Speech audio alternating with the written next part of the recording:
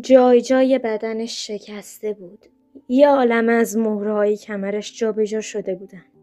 کلی کبودی، کلی زخم و در آخر یه جنازه سرد با پوستی که تقریباً داشت از چهره جدا می شد. چرا؟ چون چند روزی بود توی رودخونه مونده بود. یه جسد مونده نابود. انگار نه انگار که این یه زمانی یه آدم زنده بوده. و وقتی از قاتلش پرسیدیم چرا کشتیش؟ فکر میکنی چه جوابی داد؟ چون داشت با زنم خیانت میکرد. هم زنمو کشتم، همین عباسیو.